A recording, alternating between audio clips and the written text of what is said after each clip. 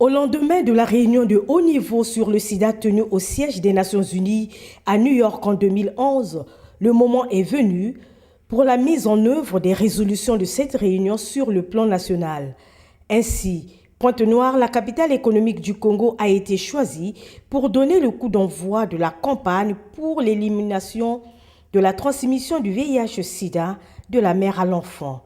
Fortement engagée dans la protection du couple mère-enfant, la première dame du Congo, Antoinette Sassou Nguesso, présidente de l'Organisation des premières dames d'Afrique contre le sida, OPDAS Congo, a patronné cette cérémonie qui marque une étape cruciale pour aller à une génération sans sida. En effet, 1000 nouveau-nés arrivent chaque jour au monde affectés de ce virus. Pourtant, les progrès scientifiques ont prouvé qu'une femme séropositive peut donner un enfant sain. L'épouse du chef de l'État, Mme Antoinette Sassou Nguesso, réitère donc sa ferme volonté et sa détermination à œuvrer pour l'élimination de la transmission du VIH-Sida.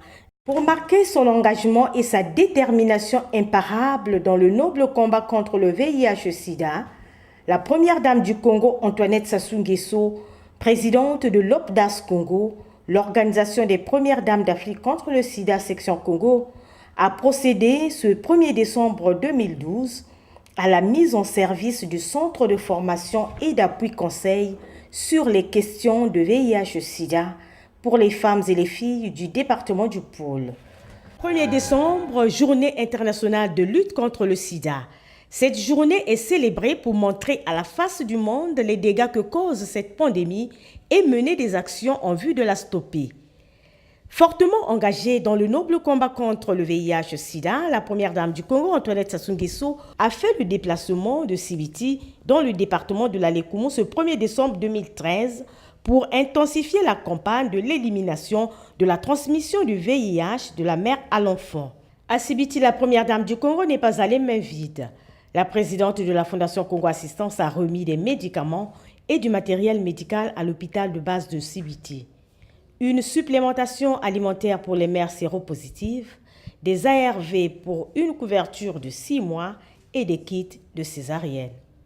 Dans l'ambiance des festivités de la Journée internationale de la femme, la présidente de la Fondation Congo Assistance, Mme Antoinette Sassou Nguesso, a procédé au lancement à Sibiti de la campagne de vaccination contre le cancer de l'utérus et le dépistage du cancer du col de l'utérus pour les femmes.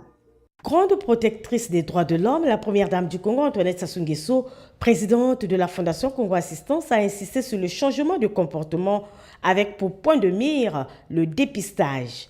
L'épouse du chef de l'État apporte par ailleurs son appui aux décisions du gouvernement visant le bien-être des populations.